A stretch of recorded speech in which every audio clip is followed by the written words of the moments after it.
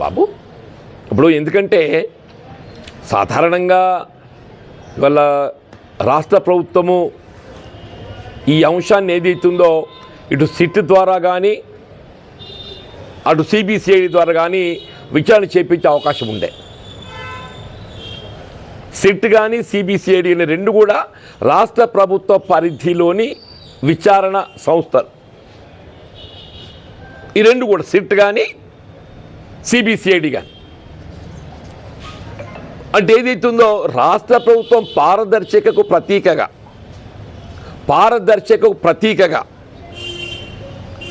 వీళ్ళు చేపించబడే విచారణ ట్రాన్స్పరెంట్గా చేయబడుతుంది, పారదర్శకంగా చేపట్టబడుతుంది.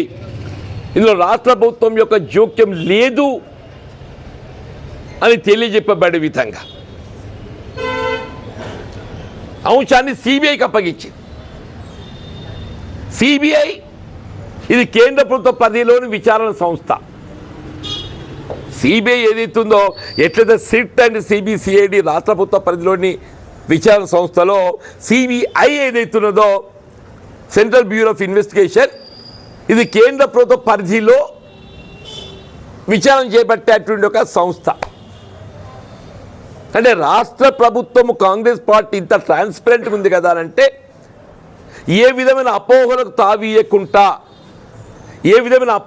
తావీయకుండా విచారణ అనేది నిష్పక్షపాతంగా పారదర్శకంగా చేయబడుతుందని తెలియజెప్పే విధంగా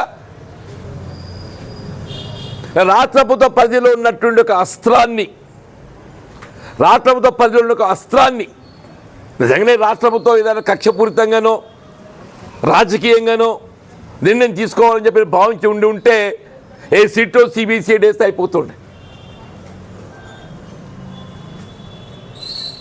కానీ ఆ విధంగా అపోహలకు తావీయకుండా రాష్ట్ర ప్రభుత్వం నిష్పక్షపాతంగా పారదర్శకంగా నిర్ణయాలు తీసుకుంటుందని తెలియజెప్పే విధంగా సిబిఐకి అప్పగించడం ఇది రాష్ట్ర ప్రభుత్వం యొక్క నిబద్ధతకు వాస్తవాలు ఏదైతుందో ప్రజలు గ్రహించబడే విధంగా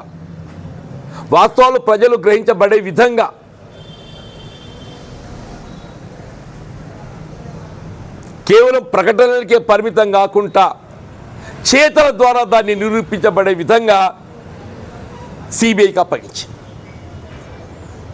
one must appreciate unless state government సిబిఐకి అప్పగిస్తే తప్ప సిబిఐ దాన్ని డైరెక్ట్గా విచారణకు చేపట్టే అవకాశం లేదు. అన్లెస్ జ్యుడిషియల్ ఎంక్వైరీ కోర్టు ఆదేశిస్తే తప్ప కానీ రాష్ట్ర ప్రభుత్వం కాంగ్రెస్ పార్టీ వీళ్ళ నిష్పక్షపాతతకు ట్రాన్స్పరెన్సీకి పారదర్శకతకు నిదర్శనంగా వాస్తవాలు ఏదైతే ప్రజలు గ్రహించబడే విధంగా.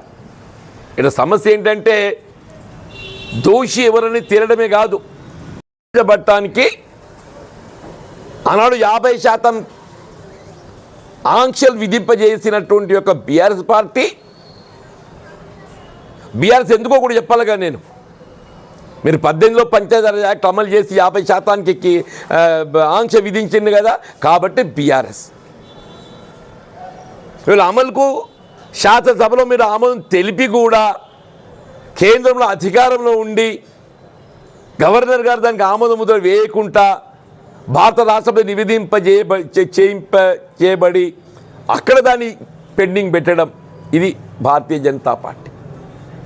అంటే వీళ్ళ బలహీన వర్గాలకు 42% రిజర్వేషన్ కల్పింపు చేయబడటంలో అది స్థానిక సంస్థలే కానీ విద్యా ఉద్యోగాలలో కానీ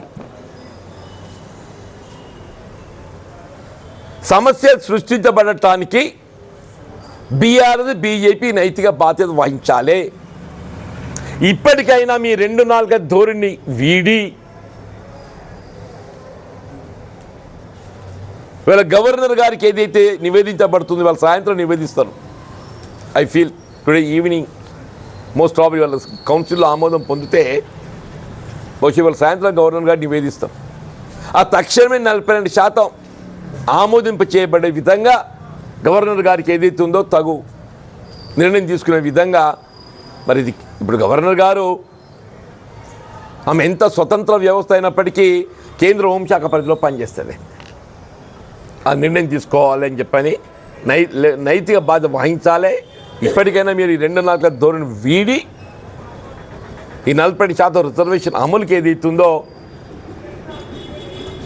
శాసనసభలో మీ అభిప్రాయం ఏవైతే వ్యక్తం చేసిండ్రో దానికి అనుగుణంగా మీరు కట్టుబడి తోడ్పడండి.